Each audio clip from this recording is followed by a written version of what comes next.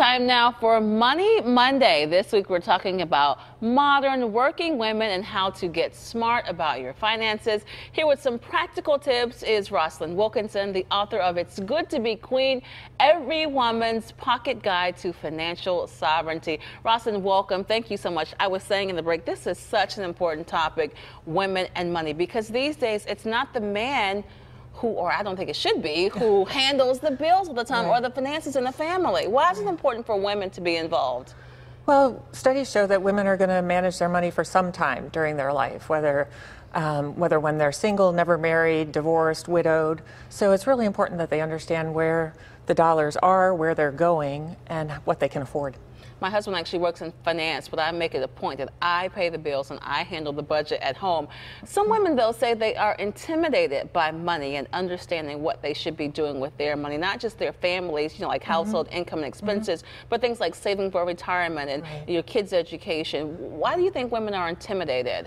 Well, I think that women from the 8th grade on, right, that's when they kind of get off track, and that's why there's more on the STEM careers. So I think women are still getting off track when they're young girls, but and women do control a lot of money. So they are controlling the checkbook, and they are very engaged in the durable goods purchases, like the minivan and the home appliances, but they are not engaged in the long-term planning for themselves. And why is it so important? Obviously, you said women could be, I mean, women live longer than men on average, so you'll be planning for that as well, your children's education. But if you are intimidated, what are some, baby steps? What do you say to, get over what do I do with my money? Well, I think that financial planning at its very basic is just 8th grade math. It's addition, subtraction, multiplication, division, and percentages. So we can do very sophisticated projections, but just to get started, it's pretty basic math.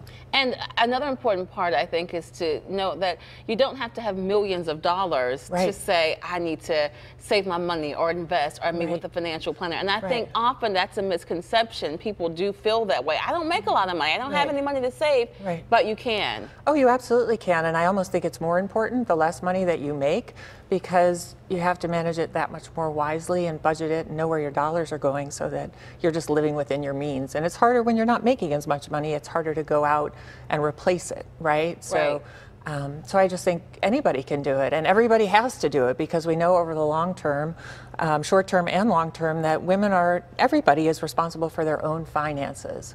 And you really need to be engaged in it, because money and your health are the things that are going to be with you the rest of your life, and you are going to live longer probably than the men in your life. And you want to have some money so you can continue to afford your lifestyle. Right. What was your inspiration in writing the book? Well, I still find, I've been in the financial planning business for 25 years now, and I still find that many women are abdicating those decisions to their spouses or their fathers or their son's best friend from college just getting started in the business. So I really want them to be engaged. It's my personal mission. Okay. And I thought, there are lots of financial planning books on the market. There are lots of books about investing, but we still find that even millennials are still deferring those conversations and those decisions to their spouses. Wow. Are there any hard and fast rules, like if not even a younger woman, just a woman came to you, you said obviously it's like 8th grade math, but where do I start? Is it creating a budget, knowing how to budget? Well, that's a start. You have to know how much money you're spending, and you have to know how much money you actually have, like how much money is in your name versus your husband's name versus joint. It doesn't just have to be your husband, but you need to know where the money, how much is coming in and where it's going to get a handle on it. And make sure that what's going out doesn't exceed what's coming in. That's a big one, right? Yeah, that's where you can really get into trouble, because there's so much emphasis on buying new stuff and having great stuff, but you really can't afford a lot of stuff too, and you don't want to get into the credit card debt, because that's very, very difficult to get out of. Yes, I've heard it can be dangerous. Yes. And so even with younger girls, I always think, you say that's an important too, to start when they are young. Yeah, because you have to get used to living on less than you make, and starting early is the best way to do that. Long time frames are the friend of an investor, of every investor, because the more time you have more time to save, you have more time for your money to grow, and more time to get a handle on it and make sound decisions your whole life. If I were to ask you to give me, I don't know, 3 points of advice very quickly, what would you say?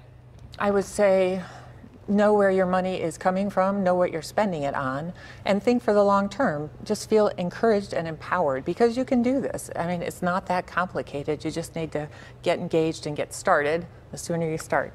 All right, thank you so much, Roselyn. The book is called It's Good to Be Queen, Every Woman's Pocket Guide to Financial Sovereignty. Roselyn, thank you so much for being with us. We appreciate that. Now, we have a link with details posted for you at kdka.com/PTL. We'll be right back.